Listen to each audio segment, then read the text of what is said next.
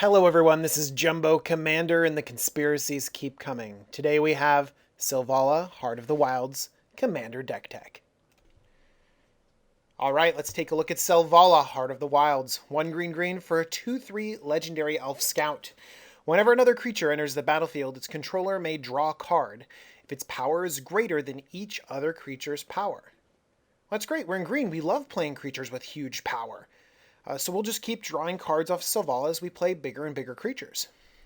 Now this is a global effect, so your opponents will get this ability as well, but I think we're going to take advantage of it more than they are. Let's look at the second ability. Green tap. Add X mana in any combination of colors to your mana pool, where X is the greatest power among creatures you control. Well, we already want to play big creatures. This is great. So Selvala is going to generate more mana so we can play bigger and bigger creatures. I can already see a strategy revolving around Selvala at the helm of a commander deck.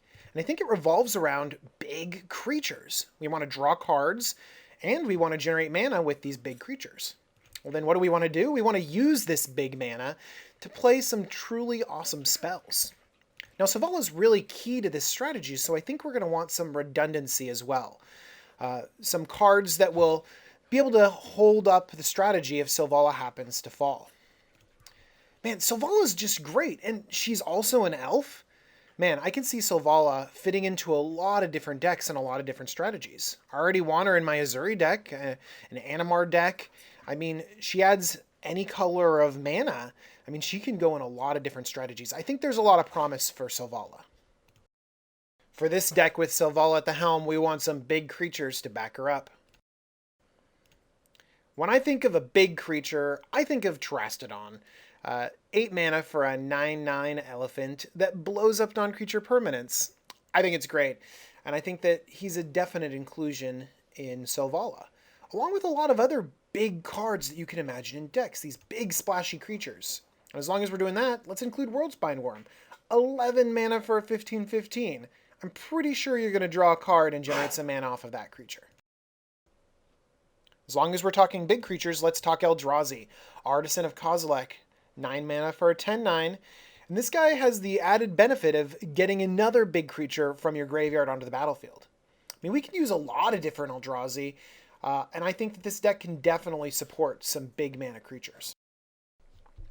The first thing that I thought about when I saw Selvala was hydras.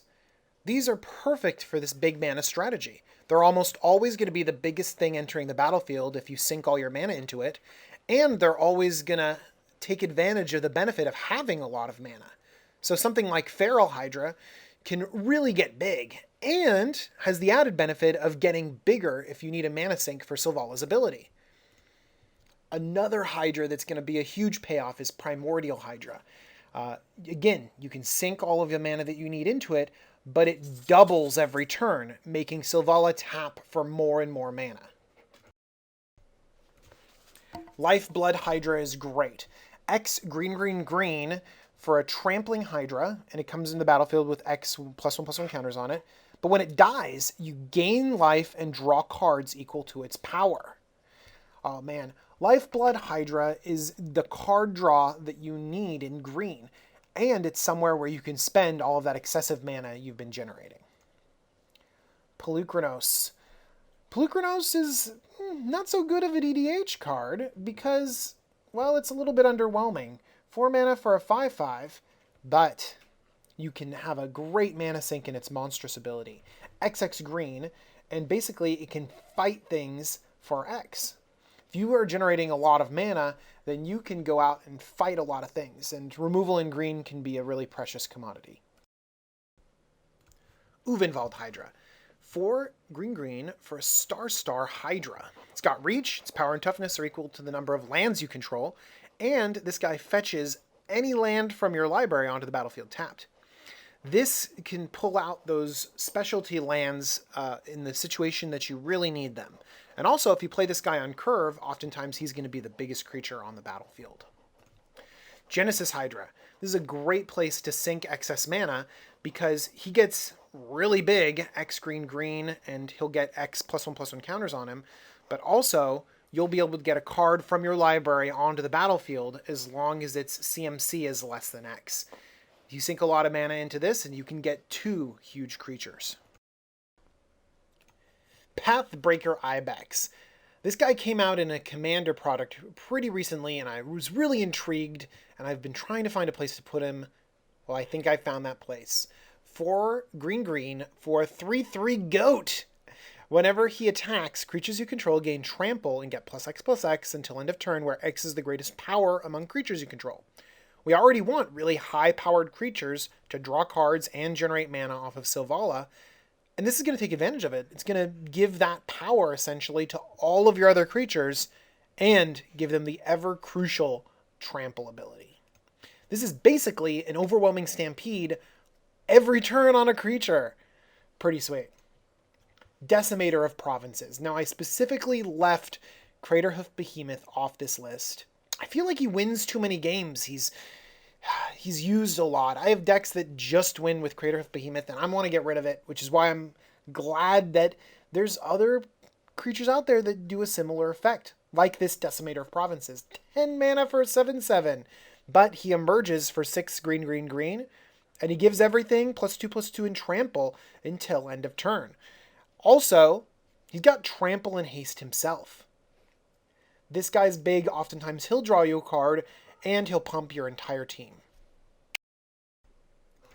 Thunderfoot Baloth. 4 green for a 5/5 trampling lieutenant. If you got Selvala on the battlefield while this guy's around, everything gets +2/+2 and trample. Trample's really the important ability. If we are going to have high-powered creatures, we're going to want them trampling through. And what better way to give trample than Nylea, God of the Hunt? This indestructible god will be turned on a lot of the time because we have tons of green pips in this deck. But it gives other creatures trample, and this is a huge mana sink. 3 green, target creature gets +2/+2 until end of turn. Now we talked a little bit about those big creatures. Now let's figure out what we're going to do with all that big mana we're creating. Omnath, Locus of Mana. 2 and a green for Legendary Elemental 1/1. Green mana doesn't empty from your mana pool, and Omnath gets +1/+1 for each green mana in your mana pool. Omnath is a very powerful commander in his own right, and he just fits in Selvalla's deck so well. In fact, they're going to be best friends. Selvalla's definitely going to go in Omnath's decks because they match up. I mean, Selvalla's going to create a ton of mana based on the power of your creatures, and Omnath's power is going to grow with each mana created. So there's this huge building effect as Omnath gets bigger and Selvala creates more and more mana, which makes Omnath bigger, which creates more mana. Great synergy. Chameleon Colossus has a little bit of that synergy as well. 2 green for a 4/4 changeling protection from black. And for 2 green, you can basically double his power and toughness. Okay. So let's run through a scenario. We play Chameleon Colossus on turn 4, and then on turn 5, we're ready to attack. Okay, so we pay 4 mana, we double Chameleon Colossus, so now he's an 8/8. All right, then we tap Selvala, and that's going to generate 8 mana, which allows us to double Chameleon Colossus again to 16 and double it again to 32. So on turn 5, you can be attacking with a 32/32 Chameleon Colossus.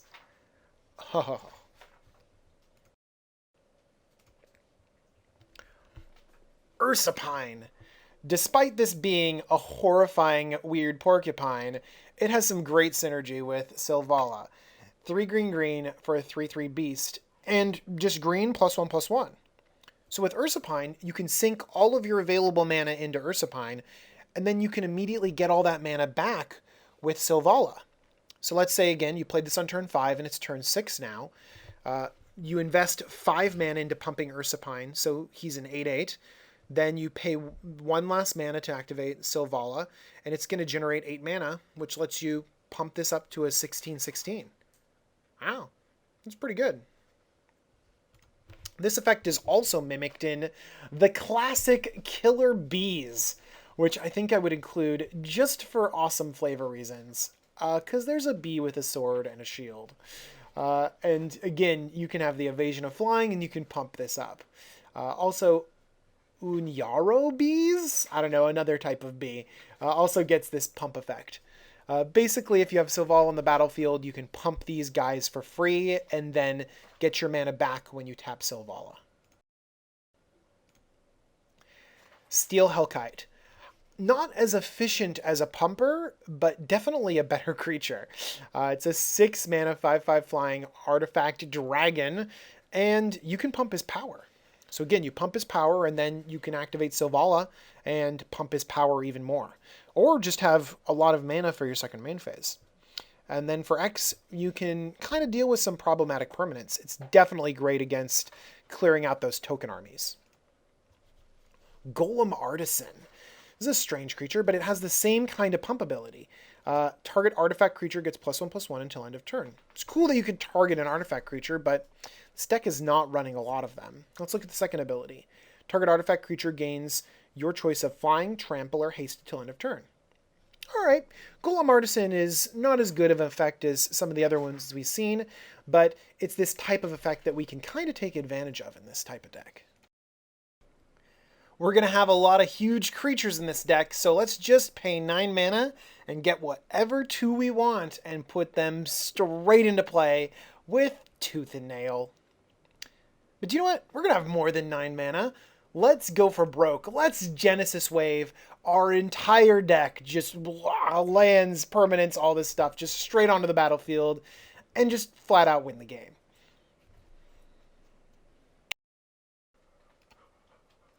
Green Sun Zenith is a good way to get a single creature or utility creature from your deck onto the battlefield. And See the Unwritten. See the Unwritten is almost always going to be ferocious, allowing you to put 2 creature cards in your top 8 onto the battlefield for only 6 mana.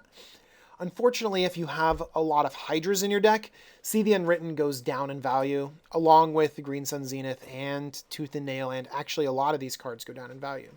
But if you balance between hydras and other big creatures, I think that these cheating effects will gain a lot of value.